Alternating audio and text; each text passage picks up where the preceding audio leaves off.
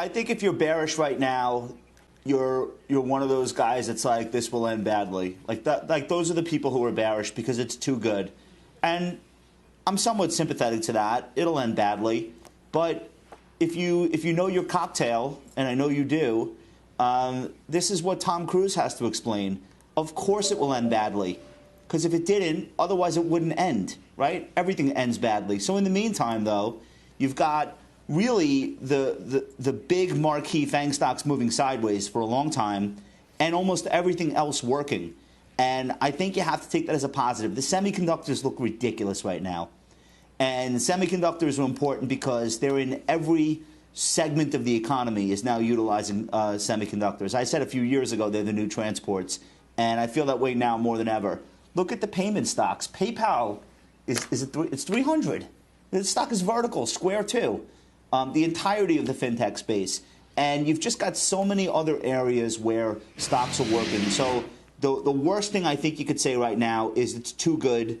It's moved too fast. Too many stocks are working. But like, if that's the kind of investor you are, it hasn't been a really good 10 years for you, has it? Yeah. You know, Weiss, we had Keith Meister on yesterday who talked about the backdrop and the environment for stocks.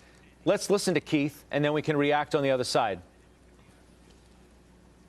As we look forward, I think we're going to have a lot of vaccines available. There's a lot of pent-up demand. So just when you've had additional stimulus, the Fed's still there, you're going to get the economy reopening.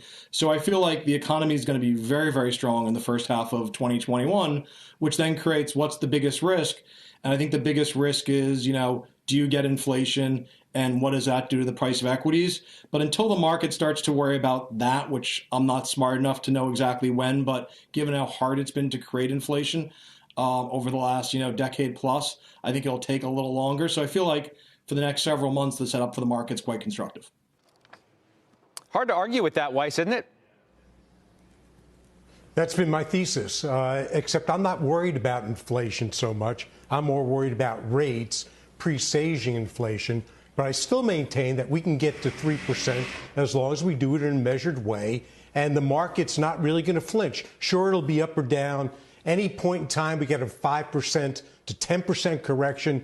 But the setup is great. And we still have enough people. It's not everybody's uniformly bullish. Still have those people, as Josh referenced, saying it's going to end badly. Still a lot of strategists saying, hey, this is too much too soon. There's froth in the market. The dynamics are as follows. Half as many stocks as we had 15 years ago, 10 years ago, trading the public company, SPACs included. I believe we could see an economy that goes to the 84 levels, which were over 7% GDP.